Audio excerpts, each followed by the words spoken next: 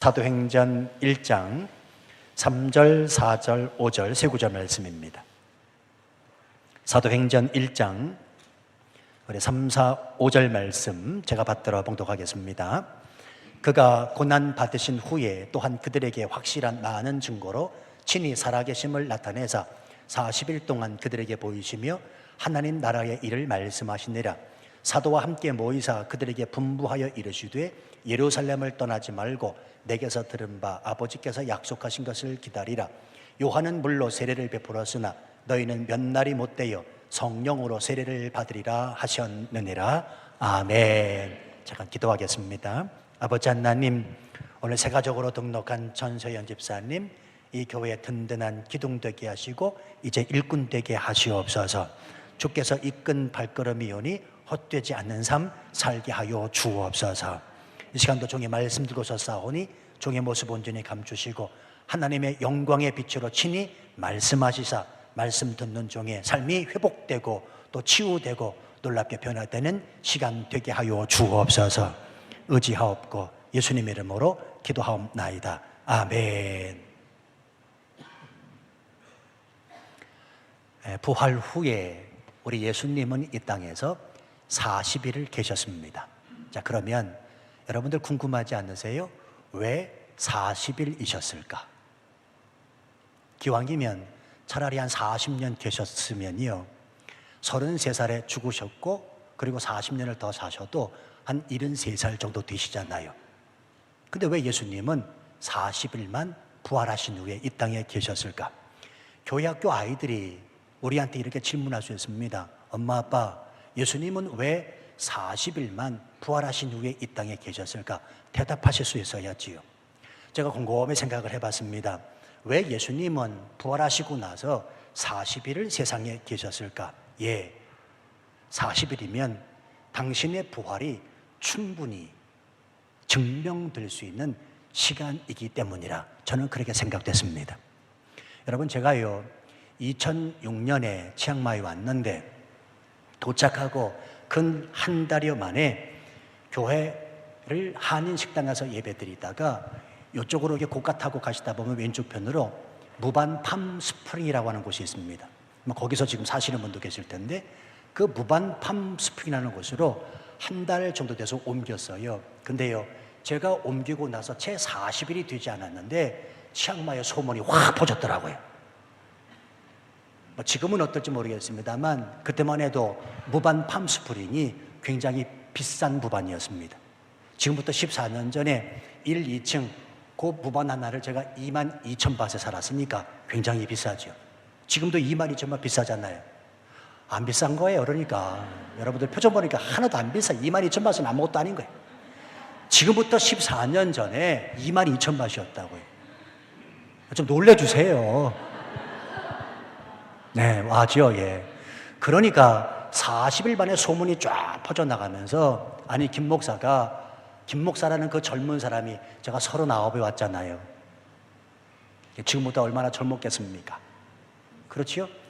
그러니까 그 젊은 김 목사가 돈이 얼마나 많길래 그 비싼 무반으로 교회를 옮겼는가? 그리고 그 비싼 무반에서 교회를 시작한다고 해서 교회가 되겠는가? 이런 소문이 쫙 나더라는 겁니다. 여러분, 만약에 예수님이 부활하신 후에 이 땅에 하루만 계셨다거나 또한 일주일만 계셨더라면 예수님의 부활이 거짓일 수가 있습니다. 왜냐하면 그 기간은 너무나 짧기 때문에 그렇습니다. 제자들이 헛소문을 퍼뜨렸다고 말할 수도 있고요, 사람들의 헛것을 본 것이라고 충분히 말할 수도 있을 것입니다. 그런데 40일입니다. 고린도전서 15장 6절 말씀에 보면 예수님 부활을 일시에 목격한 사람들이 500여 형제라 이렇게 기록해 주고 있습니다. 그러니 40일 동안 계시면서 얼마나 많은 사람들이 예수님의 부활을 목격했을까요? 엄청난 수의 사람들이 그 그 예수 그리스도의 부활을 목격했을 것입니다. 당시에 예수님의 이 십자가 사건은 국제적 사건이었습니다. 문헌을 보면 예수님을 심판했던 빌라도는 로마의 황제에게 편지글도 썼었습니다. 유대의 모든 사람들은 이 예수님의 십자가 사건을 주목하고 있었고 예수님의 죽으심을 확인했습니다. 그런데 그분이 살아났다는 것입니다. 일대 사건이지요. 이 소문은 엄청난 파장을 불러일으키면서 40일 동안 그 예수님을 목격한 수많은 사람들에 의해서 이스라엘 그리고 팔레스타인 전역으로 퍼져갔을 것입니다. 아마도 그 옛날 오늘날처럼 인터넷이 발달되어 있었더라면 분명 해외 토픽감, 유수감이 되었을 것이라 저는 그렇게 생각합니다. 그 엄청난 사람들의 목격담이 2000년이 흐른 지금까지 전해져 오면서 그 예수님의 부활이 바로 나에게도 증명되고 있는 것 아니겠냐고요. 성도 여러분이요, 부활이 거짓이라면 오늘날 교회가 존재할 리가 없습니다. 게다가 거짓인 이 부활 때문에 기독교 2000년 동안 수많은 사람들이 이 부활의 목숨을 걸고 예수 그리스도의 목숨을 걸어 순교할 리가 만무하다는 사실입니다. 성도 여러분이요, 세상에서 가장 불쌍한 사람이 누군 줄 아십니까? 진짜가 아닌데 진짜라고 믿으면서요, 아침부터 저녁까지 그 가짜인 것을 위해서 땀 흘려 애쓰고 수고하고 힘쓰는 사람이 불쌍한 사람 아니겠습니까? 가짜인 거기에 목숨을 걸고 사는 사람, 아주 불쌍한 사람 아니겠냐고요. 인간의 조상이 원숭이입니까? 조상을 거슬러 올라가다 보면 원숭이를 우리가 만납니까? 그런데 이것이 진짜인 양 믿고 아침부터 저녁까지 힘쓰고 애쓰고 수고하며 살아가는 사람이 세상에 얼마나 많이 있냔 말이에요. 성도 여러분, 부활은 진짜 있었던 역사적 사건입니다. 진짜를 가지고 있는 사람은 그래서 당당한 법입니다. 저는 잘 모르겠는데요, 여자분들 그러시더라고요.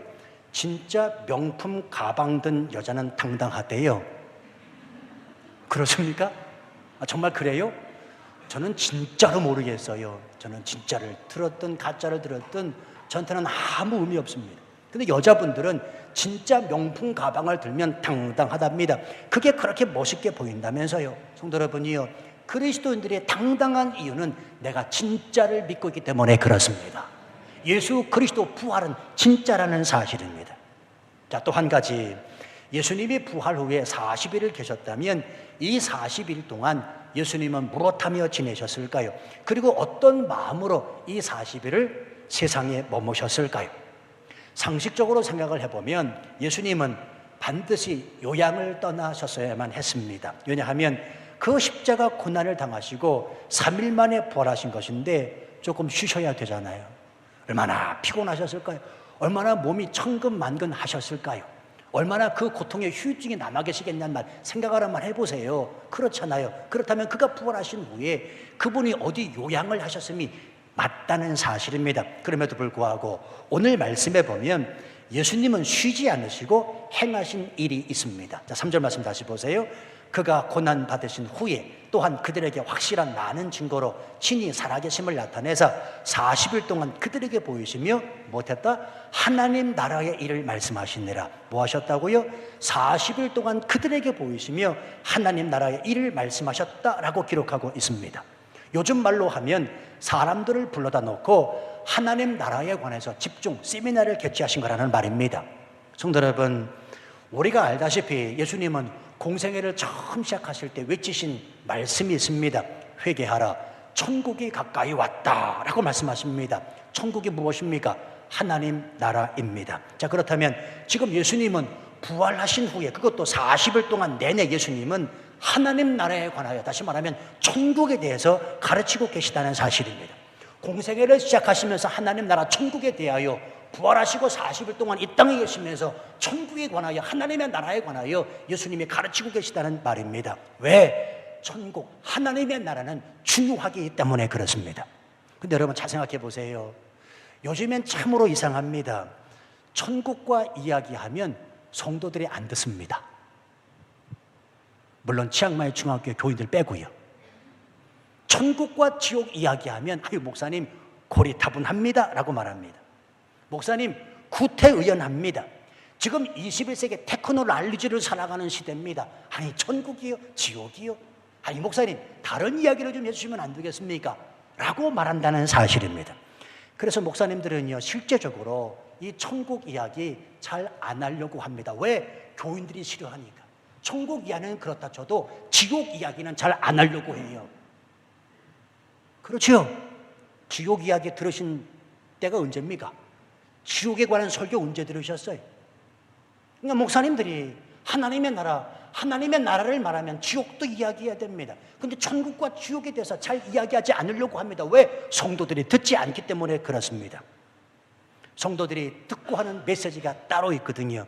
어떻게 하면 내가 받은 상처가 회복될까? 어떻게 하면 구멍난 내 마음이 치유를 받을까? 어떻게 하면 내 삶이 복되고 유익하게 살아갈까? 어떻게 하면 이 땅에서 성공하고 출세하면서 내 자녀 대학에 똑똑 붙어갈 수 있을까?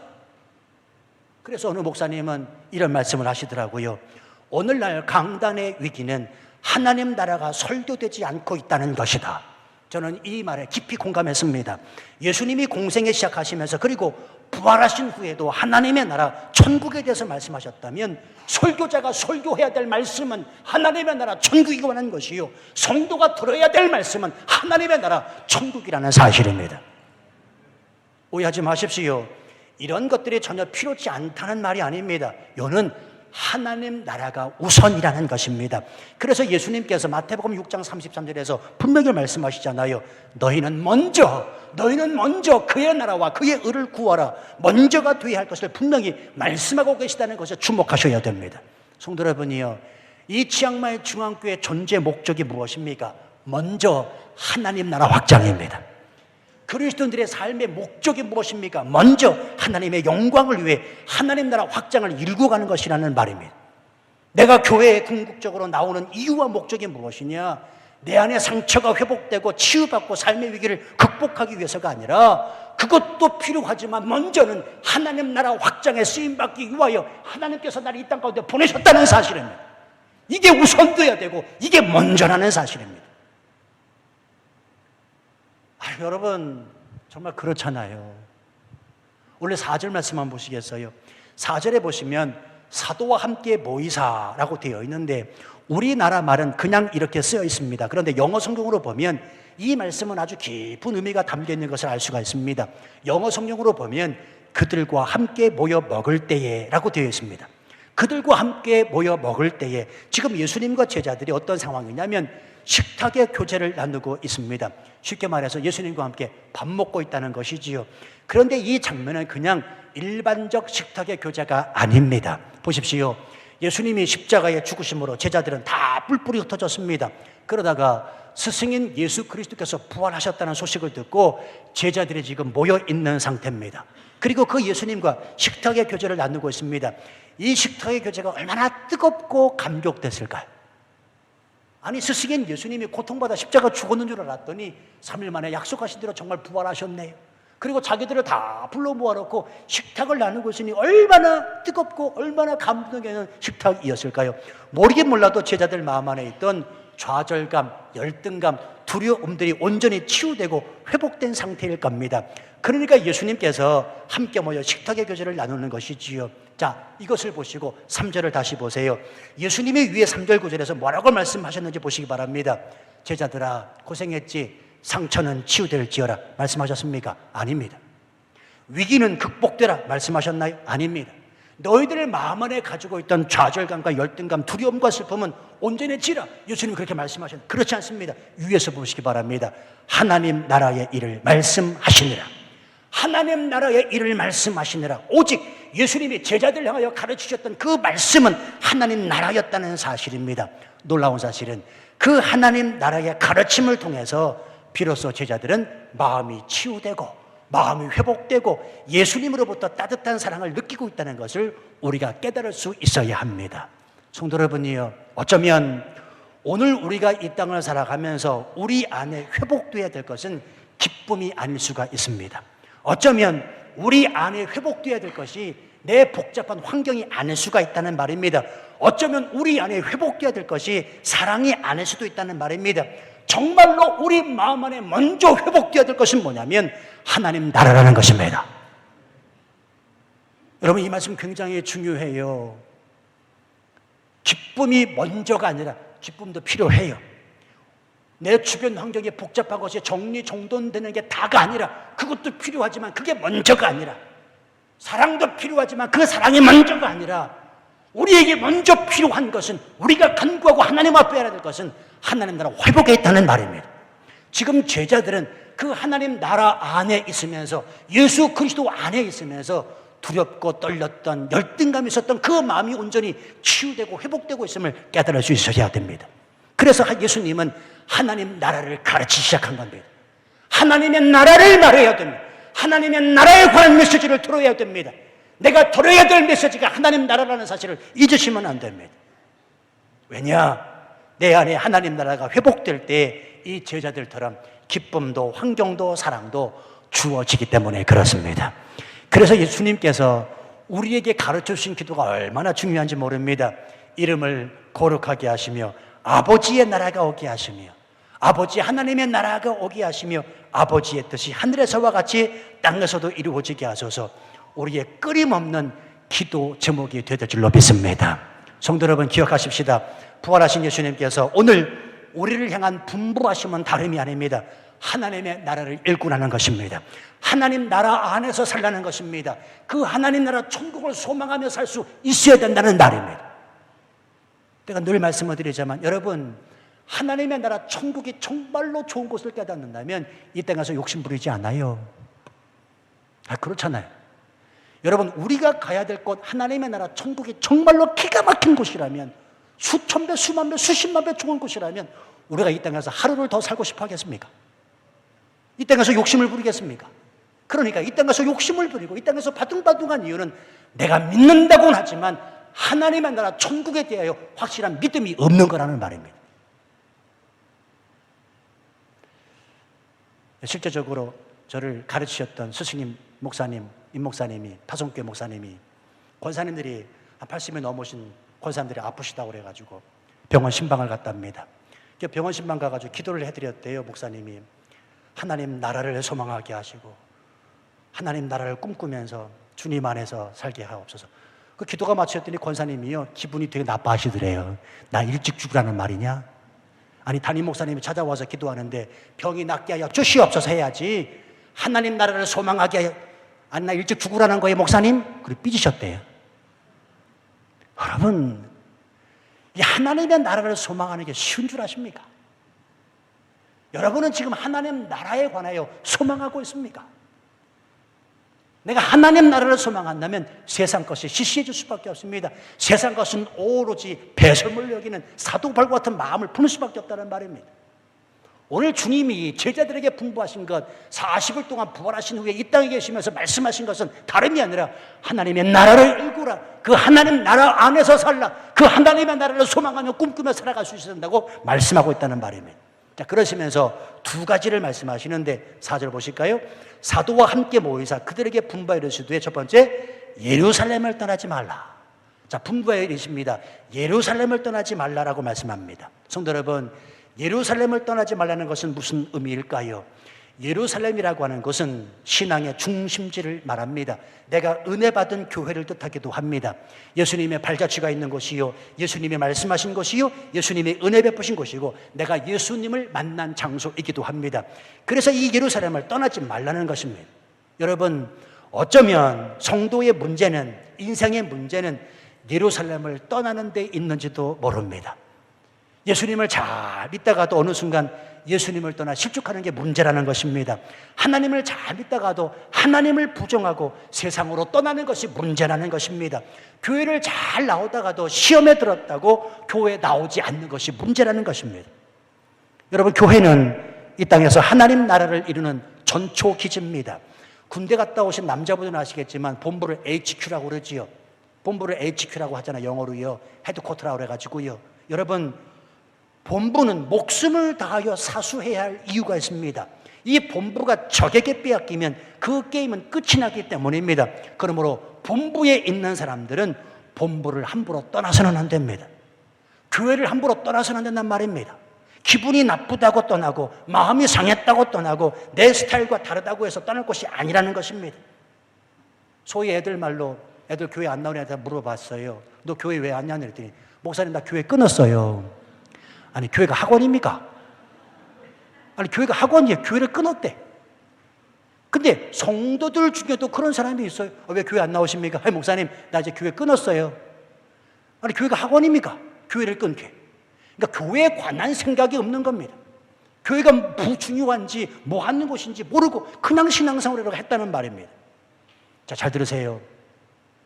그럼에도 불구하고 교회를 떠나야겠다 하면 이 두 가지를 꼭 기억하셔야 됩니다.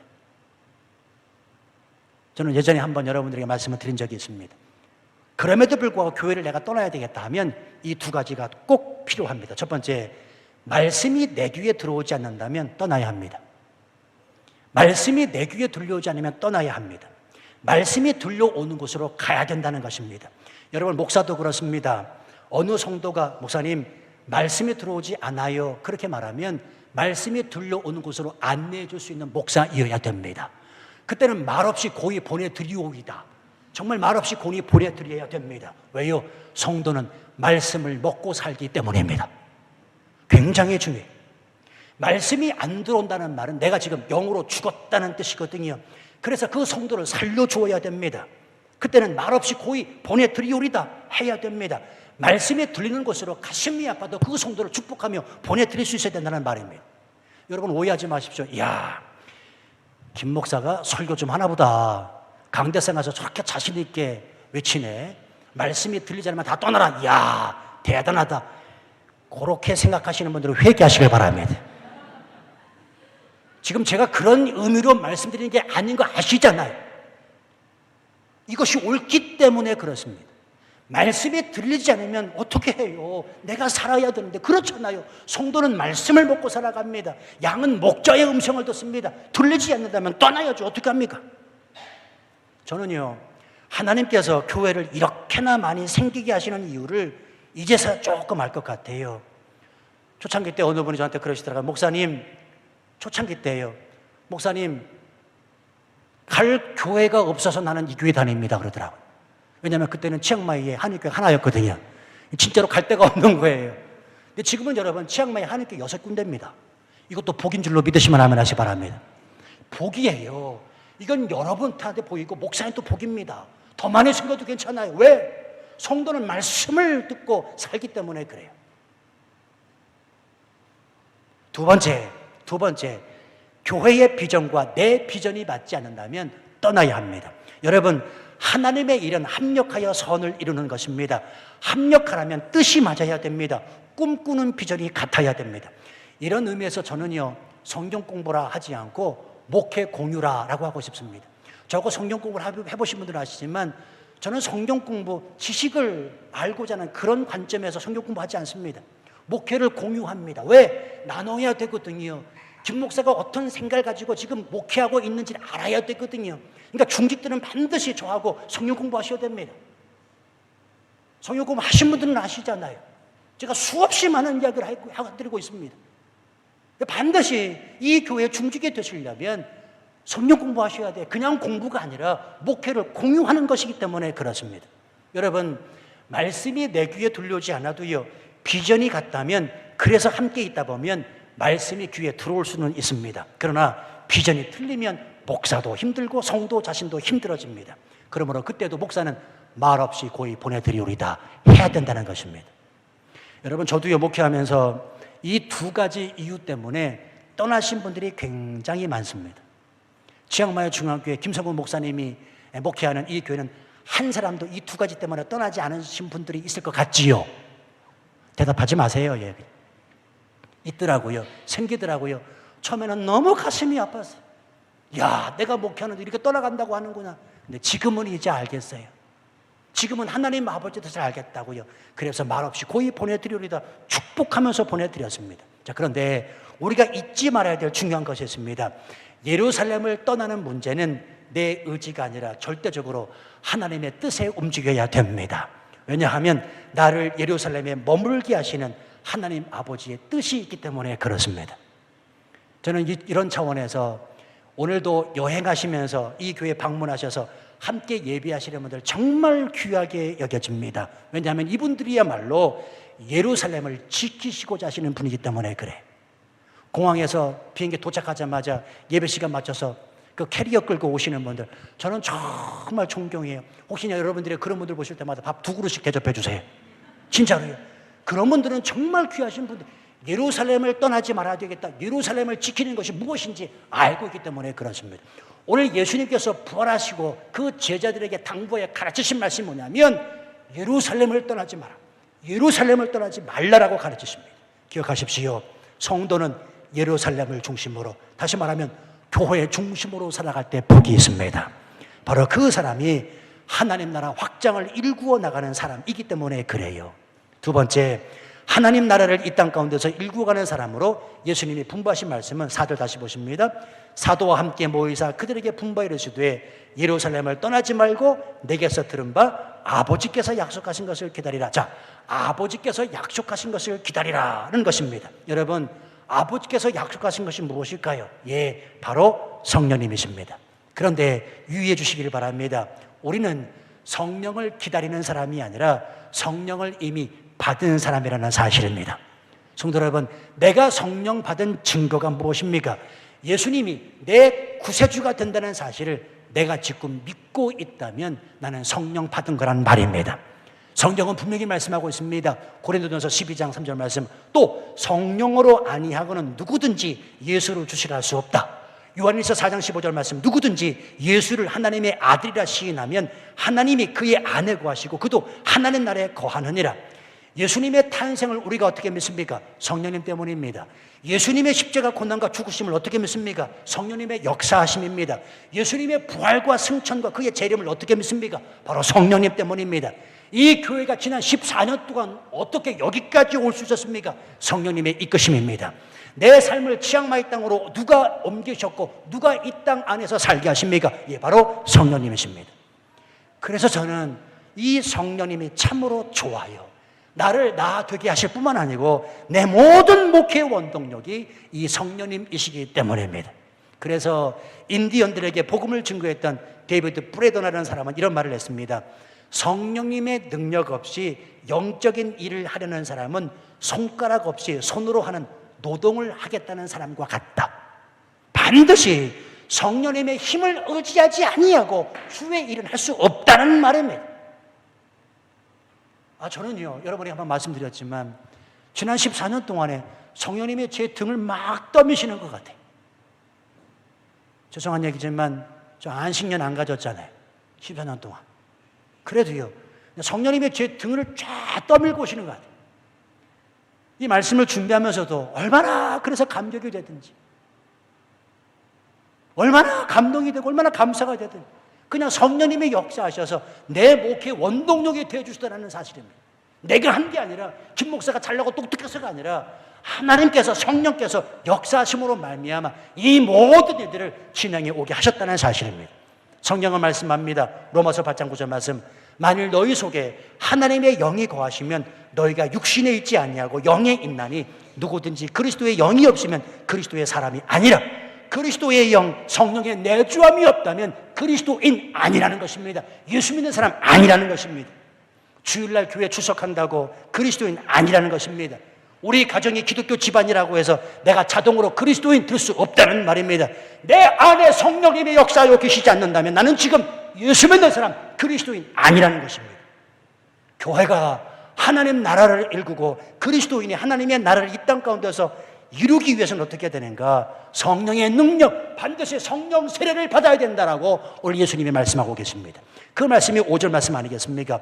요한은 물로 세례를 베풀었으나 너희는 몇 날이 못되어 성령으로 세례를 받으리라 하셨느니라. 그러므로 그 약속하신 성령을 기다리라. 기다리는 자에게 성령이 부어진다라고 말씀하고 계십니다. 그런데요, 여러분, 이미 저와 여러분은 성령 받으신 줄로 믿습니다. 받았잖아요. 받았잖아. 예수 믿고 오늘 하나님 앞에 찬양하는 이 찬양이 그냥 올려집니까? 내 안에 역사하시는 성령님으로 말미암아 하나님 앞에 올려지는 찬양이죠. 그런 우리는 성령 받았다는 말입니다. 이미 저와 여러분은 성령 받은 자로 살고 있으니 오늘날 저와 여러분의 기도 제목은 뭐가 되어야 되느냐? 따라서 하십시다. 성령 충만하게 하옵소서. 성령 충만하게 하옵소서. 날마다 기도하셔야 돼요. 어떤 분들이 저한테 목사님 기도 제목 이야기해 주세요. 제가 기도해 드리겠습니다. 그럼 저는 딱 한마디 합니다. 성령 충만 기도해 주세요. 제 기도 제목은 간단합니다. 성령 충만하면, 여러분 성령 충만하면 다 됩니다. 정말입니다.